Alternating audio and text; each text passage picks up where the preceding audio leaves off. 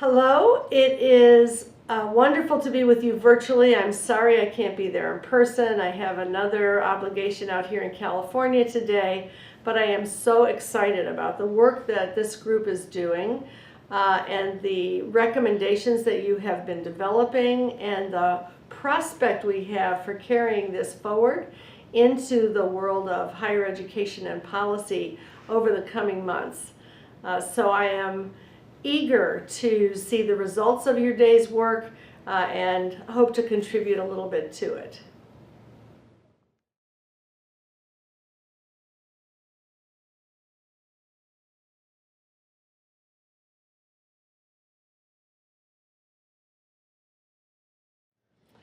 I think there are so many opportunities for higher education institutions to take advantage of performance assessments at this moment in time, both to carry them into admissions, where many higher ed institutions are already thinking about how to accept additional information, but also to have this kind of rich information about students available for placement and advising. And some are talking about carrying this kind of work, potentially a portfolio that comes in through the entire higher education experience and on into the opportunities to inform employers and beyond. So it's a very critical moment in this process. I think that the work that the RCA group is doing to both define a type of digital portfolio that can efficiently look at summary information, but also allow deeper investigation in the instances where it's called for, is extremely exciting. I've heard all kinds of optimism and ideas for how to use that tool in the higher education environment. And the idea of a recognition system where we can identify quality portfolios or quality work that meets a standard of both expectations and approaches to scoring and codifying the meaning of the work is also really groundbreaking. This moment is critical with more than 900 universities becoming test optional and thinking about how to build the right kind of evidence base for 21st century skills, for helping students in high school be encouraged to develop those critical thinking and performance abilities, as well as setting the stage for that to be carried into the college environment, is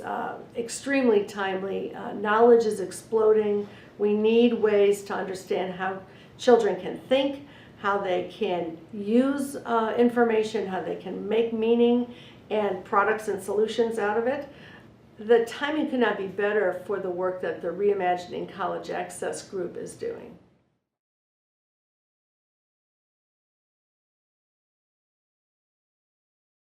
What's unique about the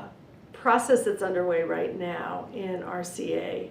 is that we have some of the most creative leaders from the K-12 system at the state level, at the school level, across networks of schools, at the district level, across sectors in the K-12 environment as well, public and private, coming together with some of the most creative thinkers in the higher education arena who have been trying to figure out and working on solutions to this question of how do we understand student accomplishments in a way that really is more predictive of their capacity to succeed in college, but also is more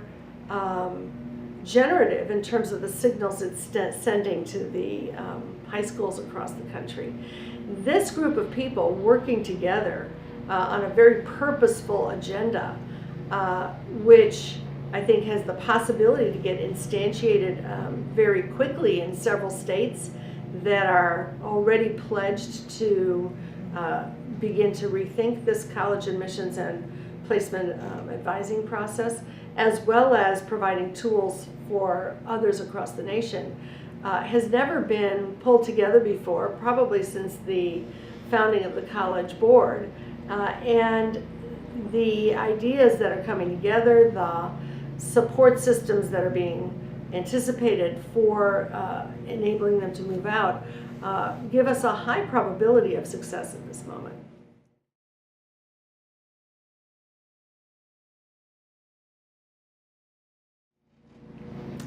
The work that's going on in this collaborative both has the high probability of enhancing the quality of high school education and the quality of the admissions and advisement process in higher education, and also, importantly, enhancing the equity of all of those things. First of all, we have a very unequal access system for curriculum as it stands today. So some kids get all kinds of opportunities to think and be engaged in problem solving and project-based learning and strategies that develop their capacity to learn and to make a dent on the world themselves. Other kids have very few opportunities for that, and typically lower income students, students of color, have much more of a rote-oriented curriculum that they face. So changing the expectations that come from the higher education system to convey the expectation that this kind of work is important, and it's important for everyone who's applying for college, which is now a very large swath of the population, can really bring more curriculum access into high schools. In addition, as colleges think about who they want to bring into their universities, as they try to build the right kind of diverse group of students to work and live together over the 4 years of college, they want to know more about the accomplishments, the ways in which kids have experienced life and learning, and they need opportunities to see more keenly into the life experiences of students. And so these tools can also create greater equity in the decision-making process about admission to college, and greater information for placement and advising, which will create greater equity in the opportunities to complete college successfully. So at the end of the day, what's being worked on here should both improve the quality of education in the country and much more effectively enhance equity in that opportunity as well.